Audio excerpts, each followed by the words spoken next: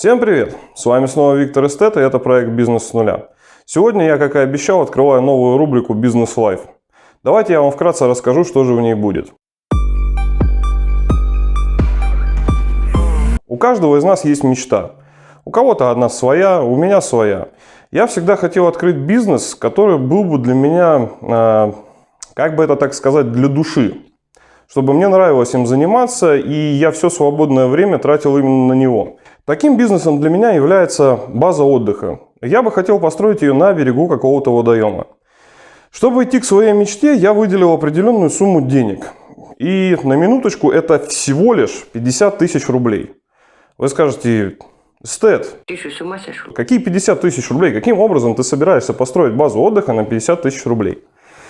Я скажу так, я беру просто эти деньги и начинаю при вас их крутить, с ними что-то делать и проходить свой путь по достижению своей цели.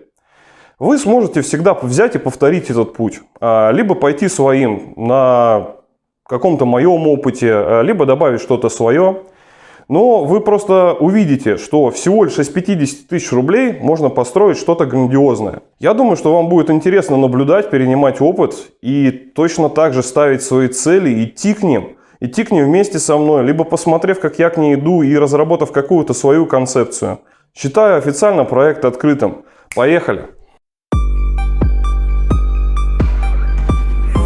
Если посмотреть на большинство предпринимателей, чем они занимаются? Плюс-минус это купить подешевле, продать подороже. Но мы с вами пойдем немножко другим путем. И за 50 тысяч рублей мы откроем свое производство определенных товаров. Вы скажете: Эстет, ты нормально вообще? Как можно за 50 тысяч рублей открыть свое производство? Я вам скажу, что вы все себе представляете производство, это какие-то огромные заводы, большие мощности. Но нет. На самом деле производство можно открыть даже вот на какой-то домашнем балконе, кухне, в гараже. Все это делается совершенно элементарно, если знать как. Я вам покажу, как это все собирается, как это делается. На самом деле в этом нет абсолютно ничего сложного. Какую же продукцию выбирать? Ну, это самый главный вопрос, один из главнейших, при том, как открыть свое производство, вообще в каком направлении. Я вам скажу так. Расчету себестоимости, проценки рынка я посвящу одно из своих следующих видео, чтобы здесь не вдаваться в подробности. Я расскажу, как, что делается, как оно считается. Как оказалось, очень много предпринимателей не знает, как считается правильно себестоимость, куда не закладываются налоги, фонд оплаты труда, аренда там и так далее. Но об этом я обо всем расскажу. Вот, кстати говоря, подписывайтесь на канал, ставьте колокольчик, чтобы не пропустить. Это будет одним из следующих видео. Что касается нашей продукции, я уже просчитал себестоимость, я уже просчитал маржинальность. Чтобы вы понимали, средняя маржинальность, то есть на единицу продукции, будет составлять примерно 260-270%. А что это будет за продукция, я вам расскажу чуть попозже, поэтому смотрите видео до конца. Теперь, поскольку все уже просчитано, мы едем закупаться по полной программе. Погнали!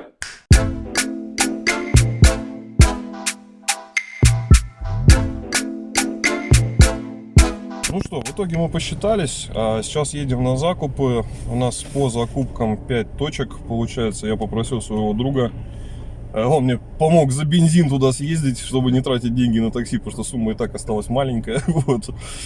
Сейчас едем, получается, 5 точек, остальные заказы едут уже с Москвы, я сейчас оплатил. Так что сейчас будем поточечно показывать, что загружаем, в каких количествах. Так, первая точка, находимся на Розенштейна. Сейчас мы здесь забираем комплектующие. Итак, забрали первый пакет комплектующих. Вот он. Еще 4 точки, блин. Погода сегодня такая, вообще жесть. В Питере все мокрое. Ладно, двигаемся дальше.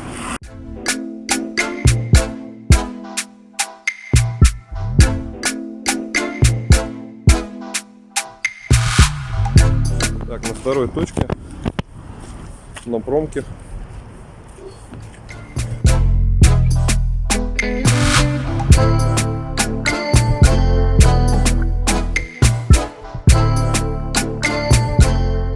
Вот еще один пример промзоны. Это вообще по факту центр города.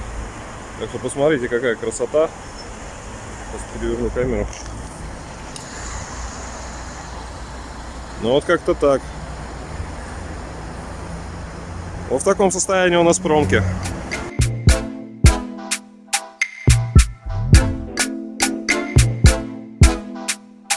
Третья точка. Покупаем слепочную массу. Приехали. Как обычно, видите, дороги оставляют желать лучшего. Так что идем.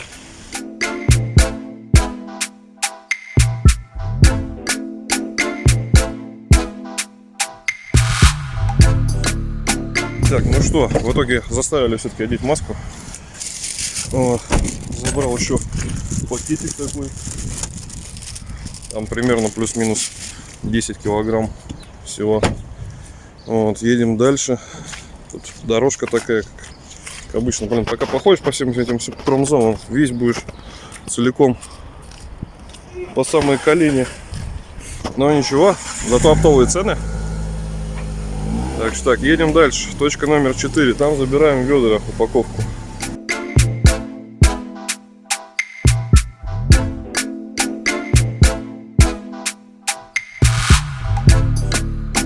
Забыл вам показать четвертую точку. Да, на самом деле было не до съемок, потому что, во-первых, это было место, где я начинал свой бизнес по перекупу автомобилей. Это был, не помню, 10, 11, 12 год.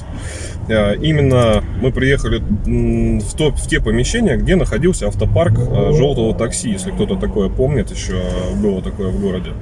Вот мы выкупали у них автомобили, частично битые, частично на ходу, но они были, можно сказать, все убитые просто в хламину. Может быть, кстати говоря, кто-то еще видел, за последние года на Авито до сих пор продаются желтые фокусы, вторые рестайлинги и обычные фокусы. Вот, этим автомобилем мы полностью вот оттуда выкупали целиком. Вот все, что у них было при обновлении автопарка, мы выкупали и гнали их на перекуп. Что-то перекрашивали, перепродавали, что-то мы таким же образом, там, накидывая свой ценник какой-то там по 40, по 50 тысяч на машину, вот, просто продавали точно так же там через Авито, через Автору. Что-то у нас взяли, по-моему, не помню, 10 или 20 машин у нас взяла новая развивающаяся компания такси. Вот, забрала. А остальное, ну, порядка там было 50 машин. Просто, во-первых, это была ностальгия по тому времени. А во-вторых, мы разговаривали с собственником. Я вам покажу видео самих складов, у меня есть. Мы поговорили с собственником, начали, в принципе, разговор ни о чем. Но в итоге продолжили тем, что у него есть своя продукция. Они работают как дистрибьютор с одним из крупных заводов по пластику. То есть у них там мебель и всякая тара пластиковая разная. Вот. И когда он узнал, что у нас есть опыт продажи на маркетплейсах, он заинтересовался этим и предложил, в принципе, такой вариант, что можно будет поговорить, чтобы поставлять его продукцию на маркетплейсы практически без денег. То есть разговор еще об этом будет, эту тему я затрону попозже. Просто таким вот образом я хотел показать, что сегодня потратить 4 часа на то, чтобы просто кататься по городу, я получил определенную связь с человеком, который, в принципе, занимается крупным оптом. Цены у него на розницу даже по городу самые дешевые, по России. Он говорит, что тоже на многие позиции самые дешевые. С ним будет интересно поработать, то есть именно его продукцию поставлять на маркетплейсы на какие-то. Да и в принципе как бы интересно будет пообщаться, то есть на предмет каких-то агентских договоров, на поставки на какие-то определенные. Вот. Я просто хотел этим моментом показать, что если вы хотите разговаривать, если вы хотите развиваться, то возможности они лежат везде. Я поехал просто покупать тару для тестовой продукции. А по факту я получил обратную связь с человеком, который ее поставляет. То есть и эта обратная связь не конечная, он готов продолжать диалог, он готов продолжать разговор. Вот, так что посмотрите по сторонам, если вы хотите развиваться, разговаривайте. Коммуникабельность, в принципе, это одна из главных черт бизнесмена, предпринимателя. Без коммуникабельности, ну, совершенно никуда. Разговаривайте с людьми, узнавайте возможности. Если люди расположены к диалогу, вы всегда заведете даже вот в таких вот моментах множество разных связей, и так далее. То есть вы вроде как один раз купили там на мелочевку, но при этом, поговорив с человеком, вы можете выбить для себя какие-то очень интересные перспективы, очень интересные позиции, очень интересные возможности. Вот. Ну, об этом все будет попозже. Вот закупились. Да, вот на заднем сиденье по полной программе уже все лежит, а багажник тоже забит. И вечерком, когда все привезем, разгрузим, я покажу, что именно купили и по каким ценникам.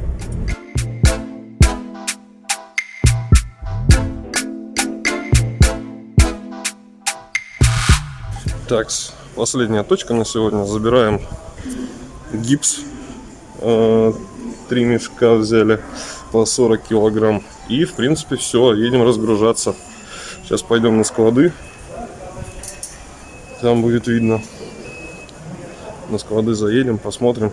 Там большие склады, нам нужен какой-то склад номер 8.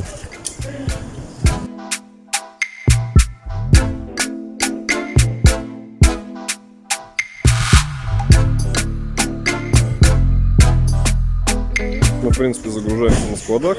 И все. 3 штуки, да. Вот. И все, едем разгружаться. Потихоньку на сегодня все. Наши приключения закончились. Но вечером уже посмотрим, что мы там поназабирали.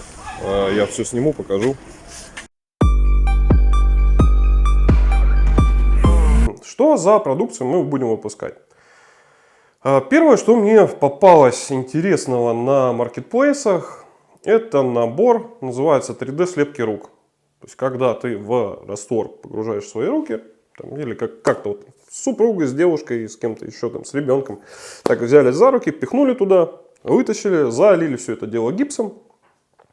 У вас получилась такая хорошая фигура. Вы можете, кстати говоря, посмотреть. Ну, достаточно интересная тематика.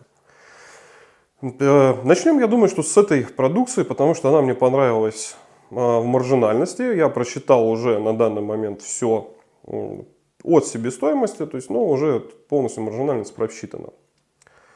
С этой продукции мы с вами начнем. Дальше постепенно мы будем вводить другие, абсолютно новые позиции, которых нет на рынке. На базе именно этой продукции. Именно этим она меня заинтересовала. Там расширение, то есть, ну, просто можно вообще до бесконечности. Вот на что хватит фантазии, вот туда и можно как бы углубиться. Я это все буду показывать, то есть в следующих роликах и так далее. Вот, в этом ролике вы увидите. Итак, давайте все-таки посмотрим, что мы с вами купили. Позиция номер 1. Ведро литровое с крышкой, с ручкой. Вот такое вот ведерочко. Позиция номер 2. Ведро 2-литровое с крышкой, соответственно, с ручкой. Всех позиций, всех ведер мы взяли по 25 штук. Ведро 3-литровое. Соответственно, конечно же, с крышкой и, собственно говоря, с ручкой. И ведро 5-литровое. Собственно, тоже с крышкой, самое большое. И уже такое побольше ведерочка с ручкой. Кстати говоря, достаточно качественный пластик. Не зря мы с ними ездили, за ними ездили. Что дальше? Пришла упаковка с Москвы. Вот такие вот пакеты. Сейчас я вам покажу. Вот такие вот их. Я здесь не стал показывать вам много. Всего их 200 штук пришло. То есть все, что нужно. Пакеты у нас выглядят вот таким вот образом. Они идут под запайку, чтобы у нас ни альгинатная смесь, ни гипс не намокли, не проникла туда влага, ничего. То есть они как-то вот так выглядят. Что один пакет, что второй. То есть они на зиплоке. Зиплоки — это такие штуки, защелкивающиеся, пластиковые. То есть, ну, вот вы пакет открыли, так щелкнули. Ну, все встречались, все покупали чай, кофе в таких упаковках, как бы. Вот, они приехали. Дальше. Салфетки влажные. Кстати говоря, они не влажные, они правильно называются салфетка прединъекционно-дезинфицирующая. Взял я их, по-моему, 200 штук. Выглядят они вот таким вот образом. Фирма какая-то непонятная. То есть можно ее достать, посмотреть, разорвать и протереть руки. То есть это для того, уже перед непосредственно заливкой. Они, конечно, маленькие. Вот такие вот тряпочки. Я думаю, что они будут побольше. Пахнут спиртом. Ну, как бы в руки можно вытереть. Так что, все рассыпалось. Так, дальше потом у нас простыня одноразовая. 70 на 80, я их еще не вскрывал. Сейчас вскрою в первый раз перед вами. Здесь в упаковке у нас одна пачка 20 штук. Вот такие вот простыни. Это для того, чтобы человек не заляпался. Вот их 20 штук. Я не знаю, как они разъединяются. Сейчас мы с вами вместе посмотрим. То есть вот они. Вот такое вот полотно. Там даже меня, наверное, не видно за ним. Вот их 20 штук. Вот такие вот простыночки. Как бы достаточно удобно. Человек подложил на стол, ничего не запачкал, сам не запачкался. Я считаю, что это необходимая вещь в комплекте. Так, теперь что у нас еще? Перчатки. Одноразовые из термопластичного эластомера. Называются ТПЭ такие перчатки. Вот они. Тоже взял их, по-моему, 2 пачки. Давайте посмотрим, что это вообще такое. Мне самому интересно. Потому что на стенде не было образцов. Но здесь их 100 штук. То есть пар их получается. Кстати говоря, очень приятные перчатки. Ну, как бы одноразовые, они есть одноразовые. Как бы. Зато человек не запачкается. Ну-ка.